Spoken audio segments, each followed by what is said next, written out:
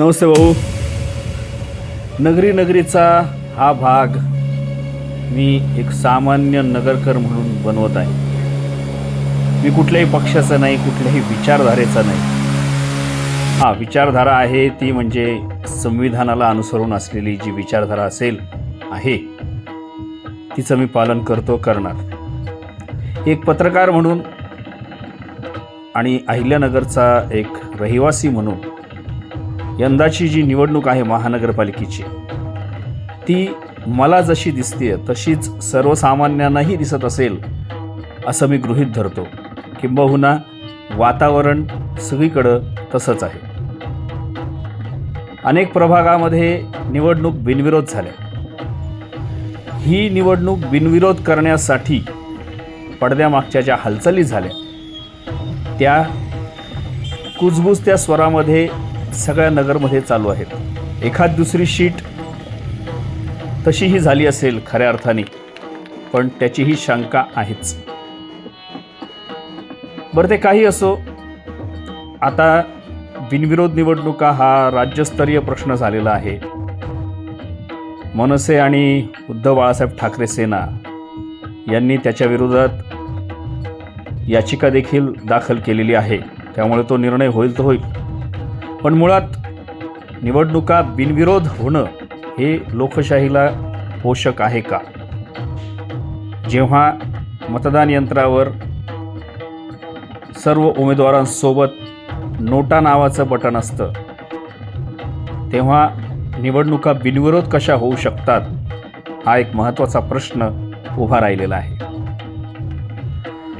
दुसरी महत्त्वाची गोष्ट अशी आहे की निवडणुका काही करून जिंकायच्याच. साम दाम दंड भेद हे सर्व वापरून निवडणुका जिंकायच्या, हे एक धोरण सगळ्या पक्षांचं दिसतंय. प्रामुख्याने त्याच्यामध्ये साहजिक आहे की सत्ताधारी पक्ष जो आहे तो या सगळ्या शस्त्रांचा वापर करून, साम दाम दंड भेद या शस्त्रांचा वापर करून निवडणुका बिनविरोध करण्याकडे जास्त जोर लावताना दिसतोय.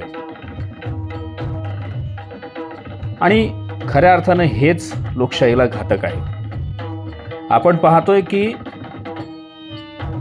मागच्या काही निवडणुकांपेक्षा प्रत्येक निवडणुकीला उमेदवारांची जी उभे राहण्याची टक्केवारी आहे ती कमी होत चाललेली आहे.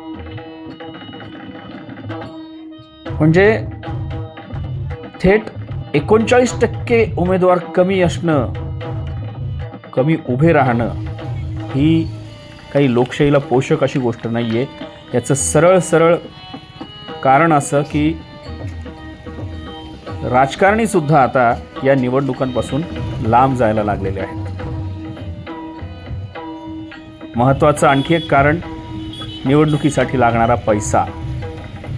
हा पैसा जर आपण उद्योगधंद्यामध्ये गुंतवला तर त्याचे रिटर्न जास्ती मिळतील अशी ही एक मनोधारणा ज्यांनी माघार घेतलेली आहे निवडणुकीतून त्यांची झालेली दिसते.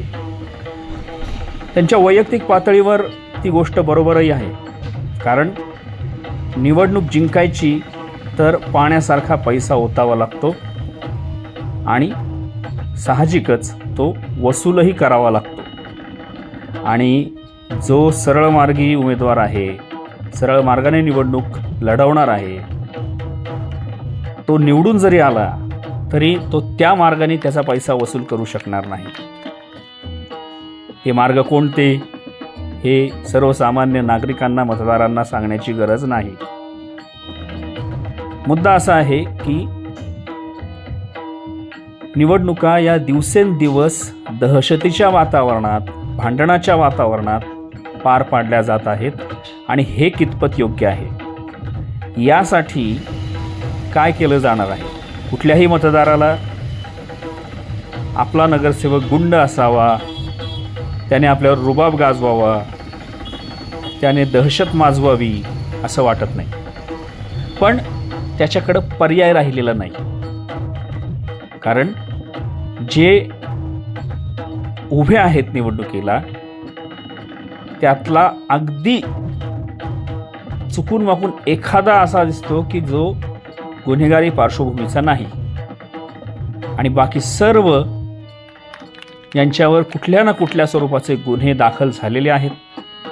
निवडणूक झाल्यानंतर येणाऱ्या 5 वर्षांमध्ये ही जी आज मंडळी तुम्हाला वाकून नमस्कार करतायत, तेच त्यांच्या प्रभागामध्ये किंवा विविध निवडणुकांच्या माध्यमातून, आमदारकीची निवडणूक असेल, खासदारकीची निवडणूक असेल, या माध्यमातून त्यांची मनगटशाही दाखवून देतात. आणि सामान्य मतदाराला हा प्रश्न पडतो की आपण यांना निवडून दिलं का, आणि का आपण यांना निवडून दिलं. जिथं पक्षांनीच त्यांची धोरणं वेशीला टांगलेली आहेत, तिथं त्यांनी जे उमेदवार दिलेत त्यांच्याकडनं वेगळ्या अपेक्षा करण्याची अपेक्षाही ठेवू शकत नाही. तेव्हा अशा सगळ्या वातावरणामध्ये सामान्य मतदाराने काय करायला हवं. काही बदल निश्चित व्हायला हवे, आणि त्याच्यामध्ये सामान्य माणूस काय भूमिका बजावू शकतो याबद्दल आपण बोललं पाहिजे. जर निवडणुकीला अर्ज दाखल केलेला आहे तर तो मागं घेता कामा नये किंवा तशी तरतूद करायला हवी. म्हणजेच एकदा अर्ज दाखल झाला आणि तो वैध झाला की त्याला निवडणुकीतून माघारीची परवानगी नाही, म्हणजे त्याला ती निवडणूक लढवावीच लागणार. कारण हे सगळा जो खेळ होतो तो निवडणुकीचा अर्ज मागं घेण्याच्या दिवशीपर्यंत चालू असतो, आणि तिथंच जे काही आहे ते फिरवाफिरवी केली जाते. त्यामुळं जेव्हा अशा प्रकारचा कायदा बनेल की निवडणुकीत अर्ज दाखल केला की पुन्हा माघार नाही, तेव्हा या गोष्टींना आपोआप चाप बसेल. पण हे करणार कोण? कारण प्रत्येकाला आपली पोळी भाजून घ्यायची आहे. अगदी दिवसा ढवळ्या खून पाडले जातात, आरोपी पकडले जात नाहीत, पकडले गेल्याचा देखावा केला जातो, धर्माधर्मामध्ये भांडणं लावून निवडणुका लढवल्या जातात, किंवा निवडणुका आल्या की त्या प्रकारचे सिनेमे रिलीज केले जातात. या सगळ्या गोष्टींवर जर नियंत्रण आणायचं असेल तर झाडाच्या फांद्या तोडून उपयोग नाही, मुळावर घाव घातला पाहिजे. आणि एक प्रकारे ही जी सद्य परिस्थिती आहे त्या विरुद्ध जिथं जिथं म्हणून शक्य आहे तिथं तिथं आवाज उठवला पाहिजे. आणि जेव्हा नागरिक, ज्याचा राजकारणाशी प्रत्यक्ष संबंध नाही असा नागरिक रस्त्यावर उतरेल, न्यायदेवतेकडे न्याय मागेल, आणि ही न्याय मागणाऱ्यांची संख्या करोडोंमध्ये असेल, तेव्हा बदल निश्चित अपेक्षित आहे. तेव्हा नगरीच्या या भागात मी एवढंच सांगेल की आपल्याकडे येणारा उमेदवार किंवा येणारे उमेदवार हे कोणत्या पक्षाचे आहेत यापेक्षा त्यांचं चारित्र्य कसं आहे, त्यांची पार्श्वभूमी काय आहे हे आपण एकदा जाणून घ्या. भविष्यात आत्ता पाया पडणारा उमेदवार आपल्याला पायाखाली तर घेणार नाही ना, याचीही काळजी घ्या. आणि मतदान करा निश्चित. आणि दुसरी एक गोष्ट, जर आपल्याला शंका आहे की मतदान हे आपण दिलेलं मतदान आणि निवडून आलेलं उमेदवार ह्याची सांगड काही बसत नाही आहे, तर त्याचाही कुठेतरी विचार करा की नेमकं चुकतं कुठे. खरंच यंत्रणा हाताशी धरून निवडणुका जिंकल्या जातात का? आणि तसं असेल तर या सिस्टीम विरुद्ध आपल्याला सगळ्यांनाच आवाज हा उठवावाच लागेल. अन्यथा गुलामगिरीशिवाय आपल्या नशिबात काही येणार नाही. तेव्हा प्रत्येक मतदारानं, जागरूक मतदारानं आपलं डोकं शांत ठेवून, डोकं थंड ठेवून, ह्यांच्या भूलथापांना बळी न पडता मतदान करावं आणि उमेदवार निवडून द्यावेत. धन्यवाद.